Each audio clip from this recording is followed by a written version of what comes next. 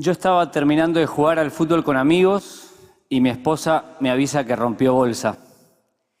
En ese momento estábamos esperando nuestro quinto hijo, pero este venía distinto porque pesaba poquito, estaba de solo 6 meses y nacía ya.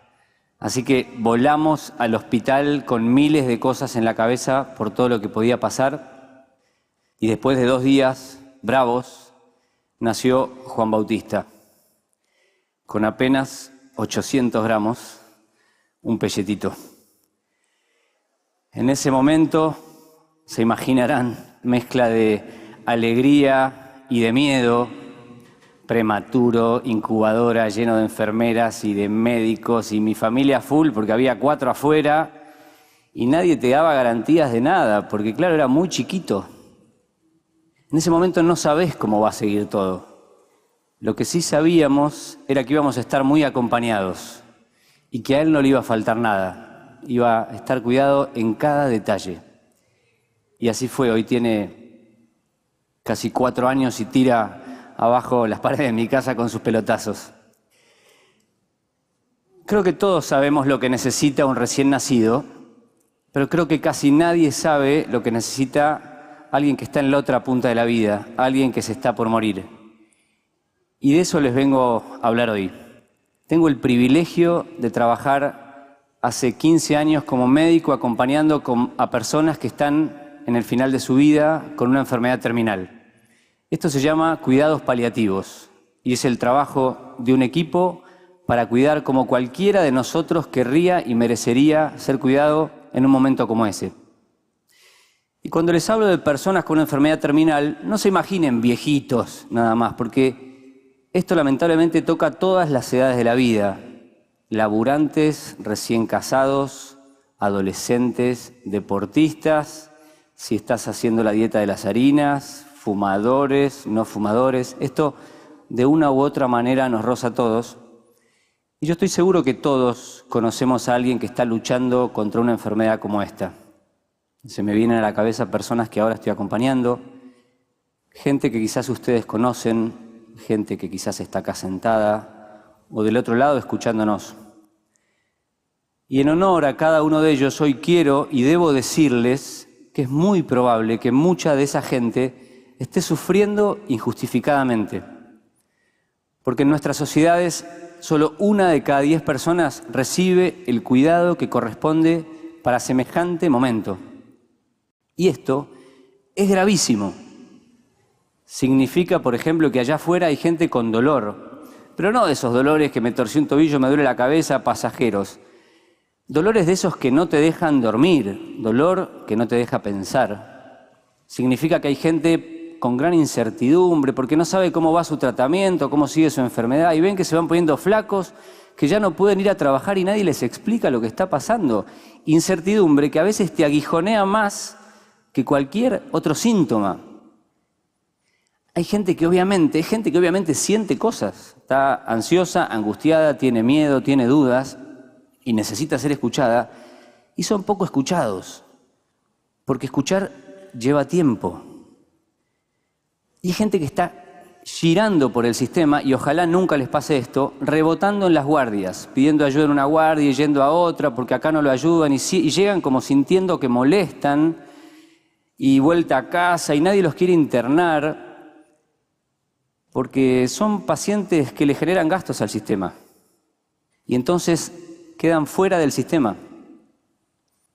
Yo creo que esto, entre otras cosas, pasa porque nos cuesta hablar de la muerte. Es un tema que nos da miedo, nos paraliza lo desconocido, cómo será no estar más, y vemos películas con terapias intensivas, cables, tubos. Miedo al deterioro físico, esto de la chata, el papagayo, depender de otros. Los otros días una señora me decía: Matías, yo ya sé lo que tengo, pero en un momento sentí que el cuerpo se me puso como viejo y tengo solo 52 años. Entonces, la consecuencia nefasta de todo esto es que hoy hay gente falleciendo anónimamente, sin despedirse, sin organizarse, a veces sin saberlo. Es un tema complicado, no es un tema cómodo. para andar haciendo sociales, no es un tema sexy, como dice un amigo mío Juan. Y esta es una parte importante del problema. La primera vez que fui a comer a lo de mis suegros, siempre me acuerdo, esa noche nos conocíamos. En plena cena me tira, bueno, vos que trabajás en esto de cuidados paliativos, muchos regalos para el Día del Médico no te deben hacer. ¿Y ustedes saben a quiénes les cuesta más hablar de la muerte? A los médicos. Somos un poco cómplices de mantener una falsa expectativa. Hemos recibido este mandato de curar, entonces te cuesta reconocer cuando ya no podés resolver, entonces agregás tratamientos innecesarios, diluís las respuestas y de esto no se habla y va pasando el tiempo, un tiempo que en la vida de esa gente es precioso, un tiempo que es único, así como cuando te recibiste, te casaste, nació tu hijo, momentos de encuentro, momentos clave. Bueno, este es el momento en el que se cierra tu vida, el último, y hay que darle el lugar que se merece. ¿Vieron como esa última tarde de verano en la playa, que el mar está helado y hay un viento cruzado que levanta las sombrillas, pero vos decís, me meto, andás a ver cuándo vuelvo a tocar el mar? Bueno, acá pasa un poco lo mismo. Es un tiempo para aprovechar, para mirar de frente. No hay que quitarle a nadie la posibilidad de que viva el final de su vida, de que protagonice sus días, de que tome sus decisiones, de que nadie decida por él dónde y con quién quiero estar, de que disfrute con su gente sin dolor, sin síntomas, de que pueda organizarse, dejar sus legados, de que pueda acomodar su alma, de que sea quien escriba el final de su propia biografía. Y esto que suena medio novelesco es un derecho que todos tenemos a vivir dignamente hasta el final, tengas la enfermedad que tengas.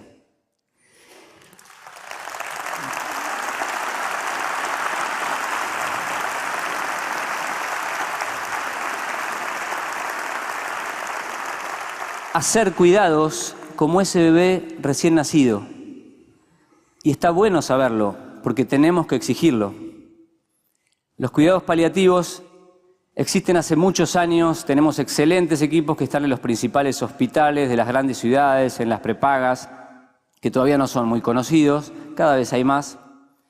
Y los que menos saben de esto y por lo tanto más lo padecen son los que menos tienen.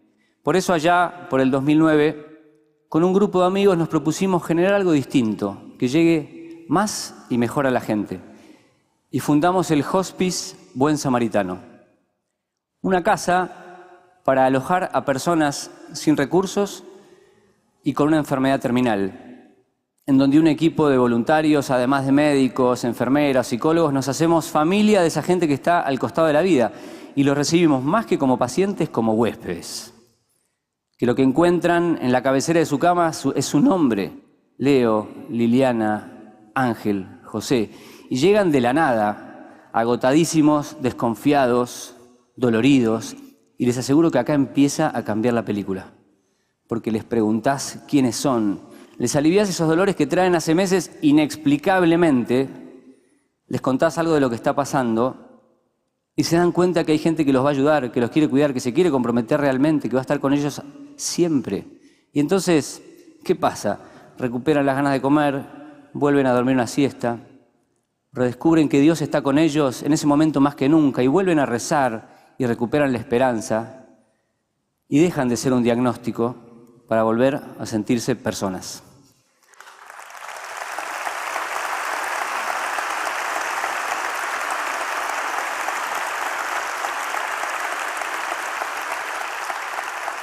Y nos dimos cuenta que esto no necesita ni grandes gastos, ni grandes tecnologías, ni grandes instalaciones. Necesita gente que se ponga en juego. Entonces salimos de nuestra casa y empezamos a ofrecerlo en hospitales públicos en municipios, a donde no solamente llevamos atención y medicación, sino también cursos, para que todo el mundo sepa de qué se trata todo esto. Y lo que está pasando es muy bueno. Miles de personas están siendo acompañadas en esa etapa especial de la vida. Cientos de voluntarios están dando su tiempo para ponerse en juego ahí. Equipos enteros de médicos, enfermeros, psicólogos, trabajadores sociales están empezando a entender y son capacidad instalada en esos lugares. Y lo mejor, todos nos dimos cuenta que ya nadie tiene por qué sufrir, que esa famosa frase, ya no hay nada más para hacer, es una de las grandes trampas de la medicina. Porque cuando vos ofreces un cuidado, un acompañamiento, un alivio de los síntomas, profesional y humanizado, la vida de la gente, de esta gente, aunque se estén yendo, se transforma. Y entonces nos encontramos con familias que se reencuentran en ese momento y que hablan naturalmente sobre lo que está pasando y se van preparando. Hijos que pasan tardes enteras con sus padres y comparten y disfrutan. Mamás que hacen su tarea, sus últimas tareas con sus hijos y son capaces de dejar sus últimos consejos. Gente que te agradece. Esto es impresionante. Los otros días en el hospice una mujer me decía, Matías, yo nunca me imaginé que le iba a decir de nuevo papá a mi viejo. Por esas cosas de la vida se habían separado 15 años atrás y se estaban volviendo a reencontrar en esta semana tan especial para ellos y para esos nietos que conocieron a su abuelo y para nosotros que fuimos parte de ese momento. Entonces la verdad que yo debo decirles que no hemos acompañado curaciones, pero sí profundas sanaciones personales y familiares en esa etapa de la vida, y esto es poderoso. Cada año que pasa me convence un poquito más que esto no depende de médicos, de hospitales, de enfermeros, que si cada uno de nosotros nos animamos un poco más a hablar de estos temas, si pedimos la ayuda adecuada cuando la necesitamos, acá hay una gran oportunidad para que mucha gente viva mejor, para que muchas familias estén mejor, para que tengamos una sociedad mejor.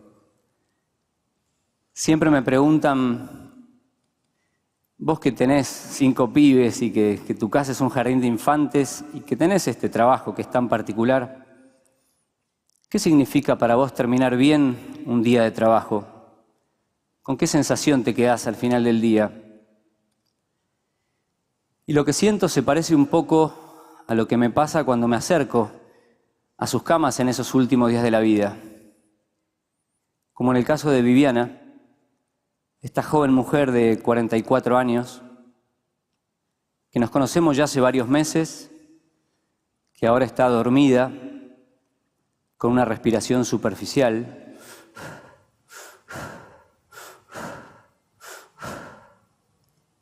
con algunas pausas, pero tranquila, con su marido al lado, como siempre, lo saludo con la mirada, los dos sabemos que falta poco. Apenas está con un suerito, con un poco de morfina para no tener dolor ni falta de aire. La foto de sus 3 varoncitos, la luz de sus ojos. Y me acerco un poco más y le tomo la mano. Y en ese momento, como un rayo, rememoro todo lo que compartimos, lo que charlamos.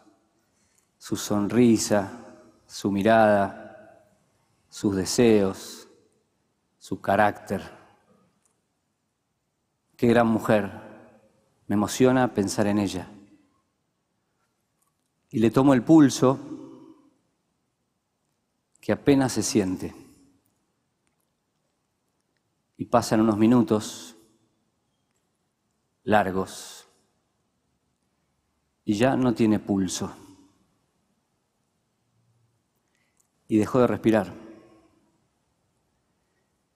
Recién estaba acá y ahora ya no está.